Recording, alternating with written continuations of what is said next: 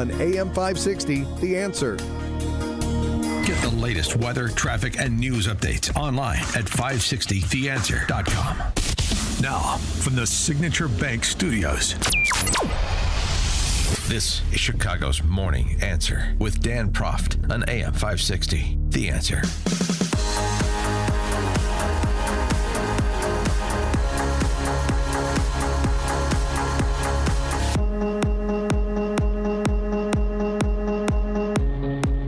Top of the morning, Dan Proft here. Trump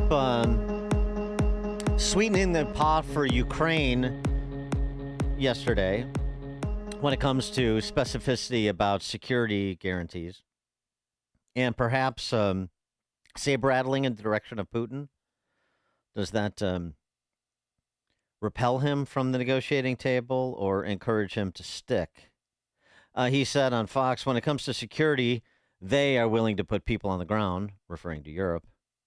We're willing to help them with things, especially probably if you talk about by air, because there's nobody that has the kind of stuff we have, really, they don't have.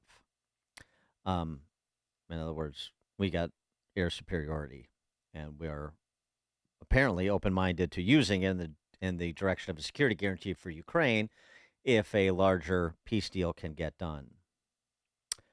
Is that judicious? Is that feasible? Is that something that advances the flag for a deal? For answers to that question and others, pleased to be joined by Jed Babbin, former United States Deputy Undersecretary of Defense and contributor to the Washington Times and American Spectator. Jed, thanks for joining us. Appreciate it. Hey, good to be with you, Dan. Good to have you. And so what about that? Europe was willing to put troops on the ground to enforce a deal, and we'll provide that reassurance with air support. These are hypotheticals at this point, but what do you make of raising those as hypotheticals? Well, as hypotheticals, it's all right. I don't think Putin is going to buy off on any of it, and including our air power. Quite frankly, there's a little difference between having us flying and having boots on the ground. I'm not in favor of either one. Quite frankly, I don't think we should be engaged in defending Ukraine, but that's just my opinion.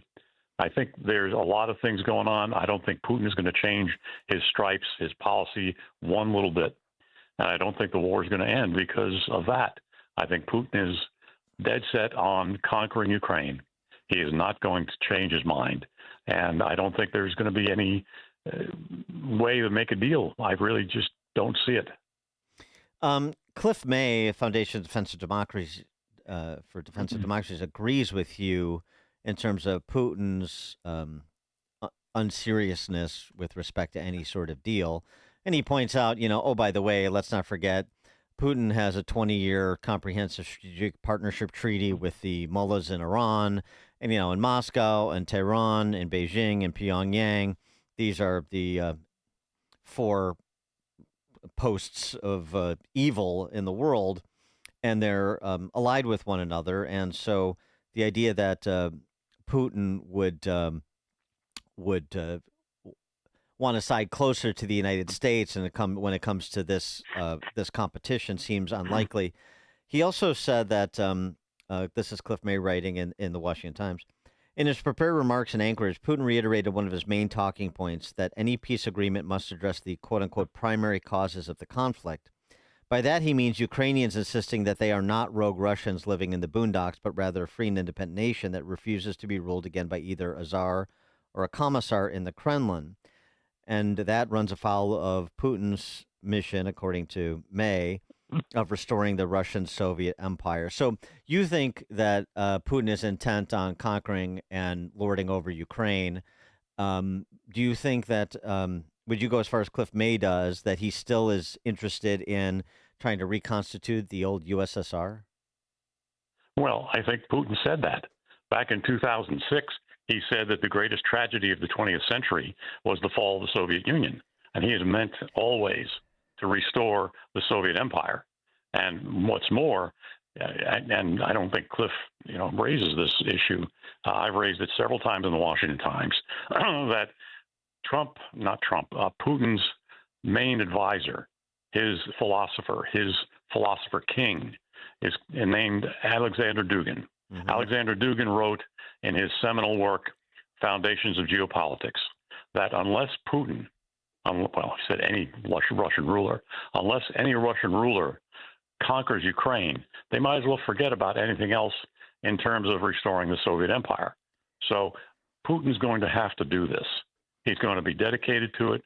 He is dedicated to it. He's a Duginist, for God's sake.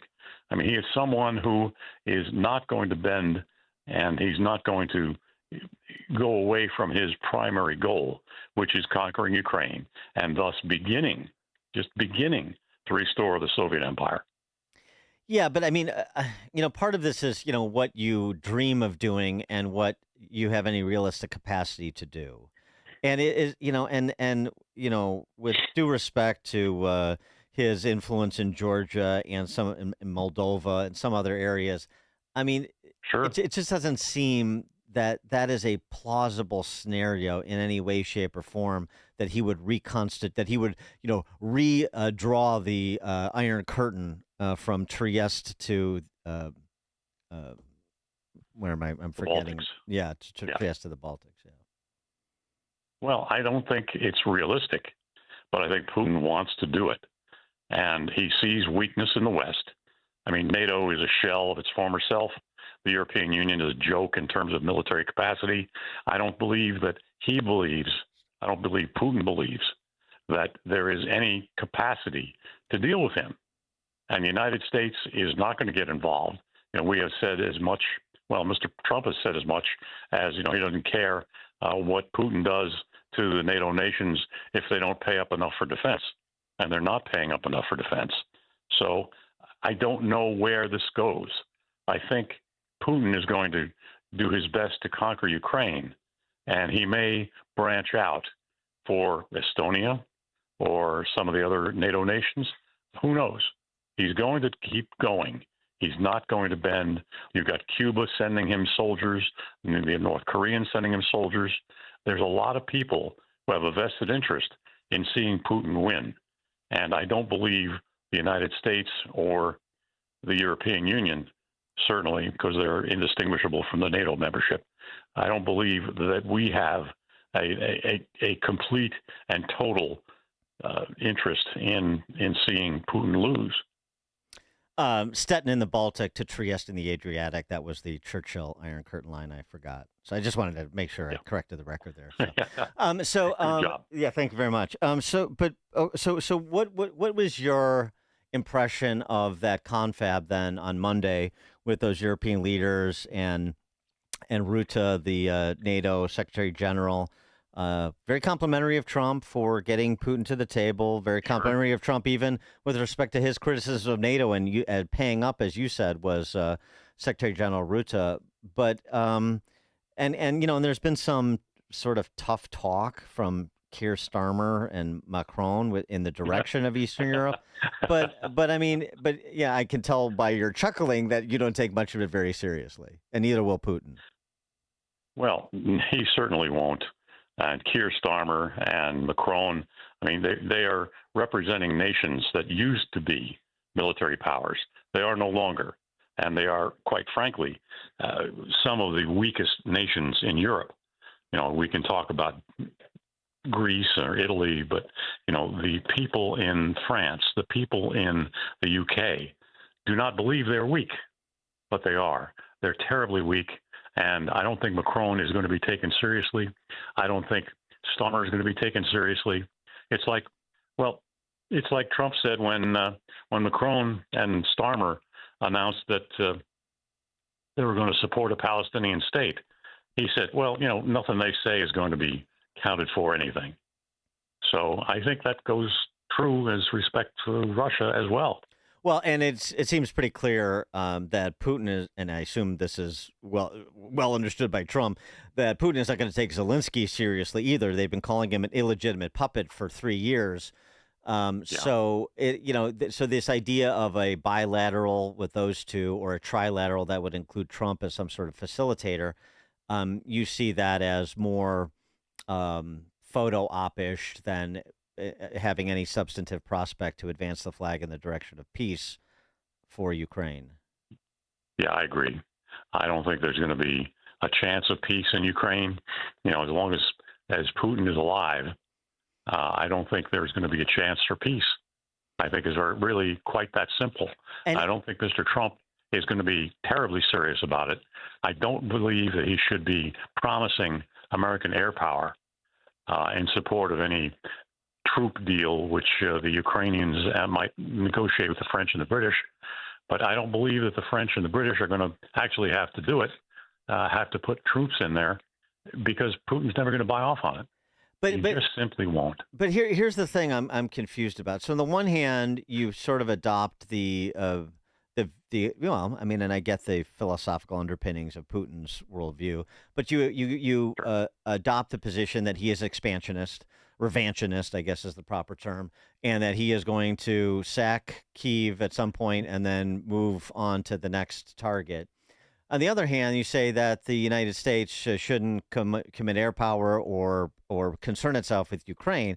But if he is attempting to and makes material progress in reconstituting the old Soviet Union, then isn't that a national security concern for us?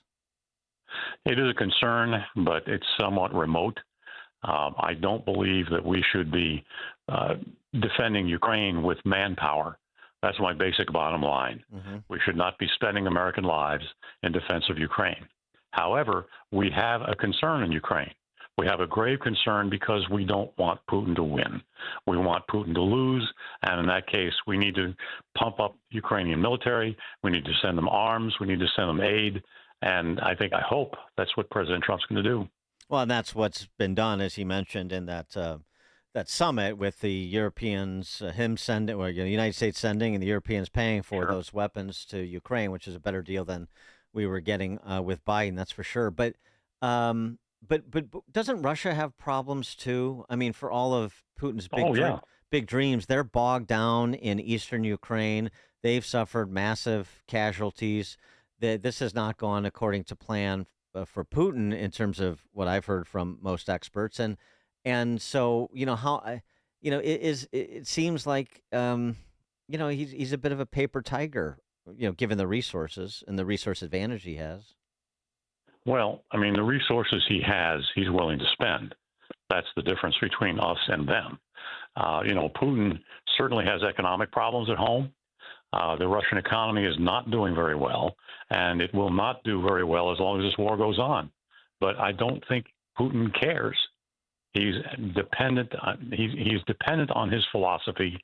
His philosophy demands that he conquer Ukraine, and he's going to, as long as he lives, he's going to continue to try to do so. But he conquers Ukraine, and that becomes a potentially a quagmire for him if he doesn't have the resources to govern Ukraine, and he has to deal with insurrections and insurgent military action on a rolling basis. It makes it really hard for him to expand beyond there, doesn't it? Sure, it does, but I don't believe he's going to be. The word is not retarded, but I think he's not going to be restrained by that. Mm-hmm. If he conquers Kiev, if he knocks out the Ukrainian government, he is going to be emboldened, and he's not going to stop. He's going to go on to, God only knows, Estonia, some of the other countries in Eastern Europe. He's not going to try to tackle Poland because they're too strong militarily. But I think he's going to keep going, and I don't believe he's going to. I don't believe for a minute he's going to stop. So then, in addition to the continued weapon sales to Europe to give to Ukraine, do you support the much ballyhooed secondary sanctions that are apparently another arrow in the quiver? Yeah, I don't know why we haven't put them on yet. Trump keeps talking about severe economic consequences, and he backs off. I mean, empty threats do not impress Putin. And impressing Putin requires force. So if we're going to do it, let's do it. If we're not, then let's not talk about it. Jed Babbin, former United States Deputy Undersecretary of Defense, contributor to the Washington Times and the American Spectator as well. Jed, thanks as always. Thank you. And Jed joined us on the Turnkey.Pro answer line. The stories you need to know to start your day. This is Chicago's Morning Answer on AM 560. The Answer. If you're looking to purchase a new home or refinance your existing home, you need to call Team Hochberg, your trusted local